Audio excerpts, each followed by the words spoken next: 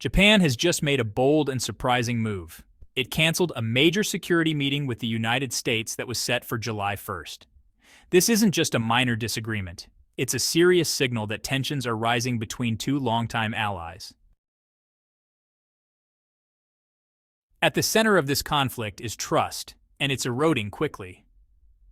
Prime Minister Shigeru Ishiba is under immense domestic pressure, especially with national elections just around the corner on July 20th. His government feels blindsided and embarrassed. The Trump administration recently demanded that Japan raise its defense budget and slapped heavy tariffs, 25% on cars and 24% on other goods. Then came another shock.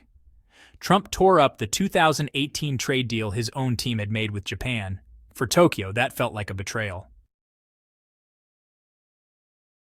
Now, Japanese officials are wary of even being seen in public with members of Trump's team.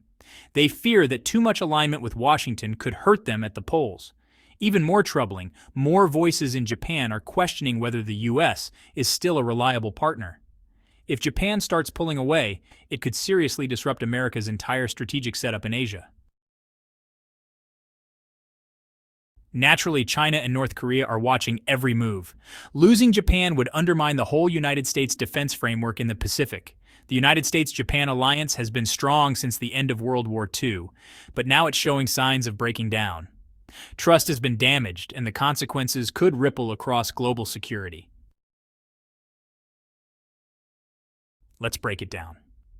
For decades, Japan and the United States stood side by side, especially on regional security in the Asia-Pacific. But now, something's gone badly wrong. At the heart of this storm is Elbridge Colby, the third highest-ranking official in the Pentagon. He's been a longtime critic of United States military alliances. He's not a quiet bureaucrat. He's a vocal strategist who believes many of America's alliances can't be trusted anymore. Colby caused controversy when he questioned the future of AUKUS, the trilateral alliance between the United States, the United Kingdom, and Australia. AUKUS was supposed to be the backbone of Indo-Pacific security. But now, even that pact is under review. According to Politico, the United States isn't reviewing AUKUS to improve strategy. It's to see if it fits into Trump's America First worldview. Colby is reportedly challenging the key part of the deal, the sale of 3 Virginia-class nuclear submarines to Australia. These subs were meant to upgrade Australia's Navy and push back against China's influence. But Colby argues the United States needs those subs for itself. If the deal gets delayed or scrapped, the whole AUKUS agreement could fall apart. Worse, it sets a dangerous precedent. America's promises to its allies may no longer be secure. Much now depends on who holds the White House. For countries already nervous about China's growing power, this kind of uncertainty could be devastating. America's influence in the Pacific doesn't rest solely on military strength. It relies on trust. And if the United States can't follow through on a key submarine deal with one of its most faithful allies, what message does that send to Japan, South Korea, or even NATO? Now, Colby is urging Japan to quickly raise its military spending. Japanese leaders weren't ready for this. For years, they've carefully kept defense budgets aligned with constitutional limits that restrict their ability to take part in combat. The push to bump spending up to 3.5% of GDP came as a shock. There was no conversation, just a flat demand.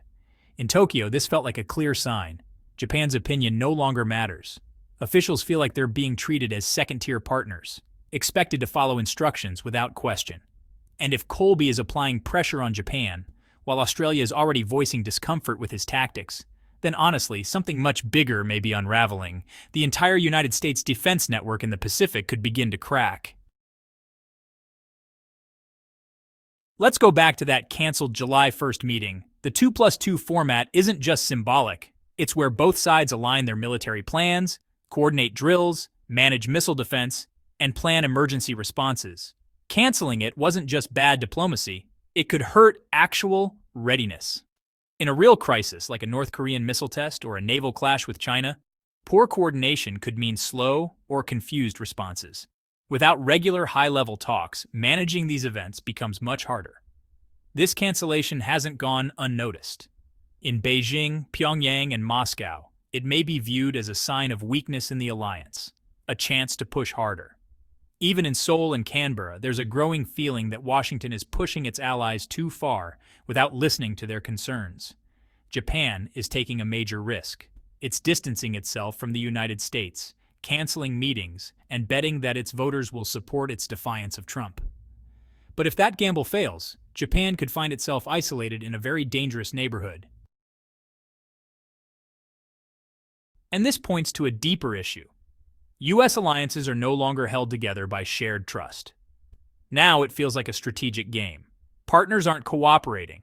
They're trying to protect themselves from Washington.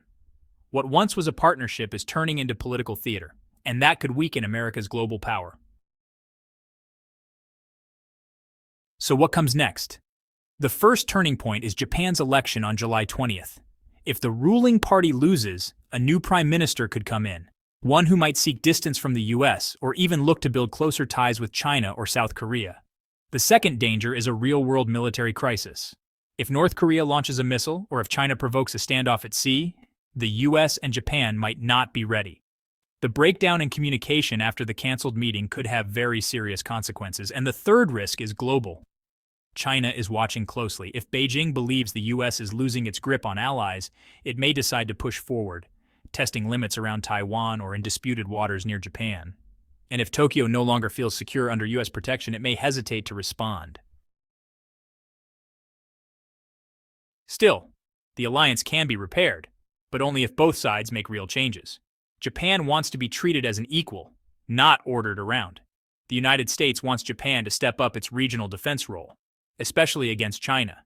To fix the relationship, Washington needs to ease up on the pressure and offer meaningful incentives, like access to advanced military tech and more joint exercises. After the election, Japan should be ready to return to the table and have serious talks. But if the ruling party loses and a new government comes in, all bets are off. Meanwhile, China isn't wasting time. After Trump hit Japan with harsh tariffs in 2025, Beijing moved quickly to step into the gap. As U.S.-Japan ties weaken, China is actively reaching out to Tokyo with new offers, more trade, investment, and regional cooperation. In April and May, Chinese officials held quiet meetings with trade teams from Japan and South Korea. Things are moving fast. Media reports say several Japanese companies, especially in tech and manufacturing, are already exploring Chinese partners and new trade routes that bypass the United States. Beijing is offering things Washington no longer is: lower tariffs, long-term infrastructure deals, and even partial access to China's market for Japanese car makers.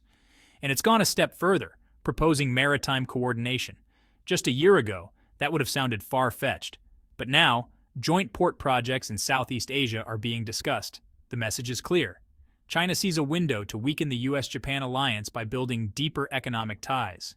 And Japan, fed up with U.S. tariffs and erratic diplomacy, is more open than ever to a plan B, one that doesn't rely so heavily on Washington.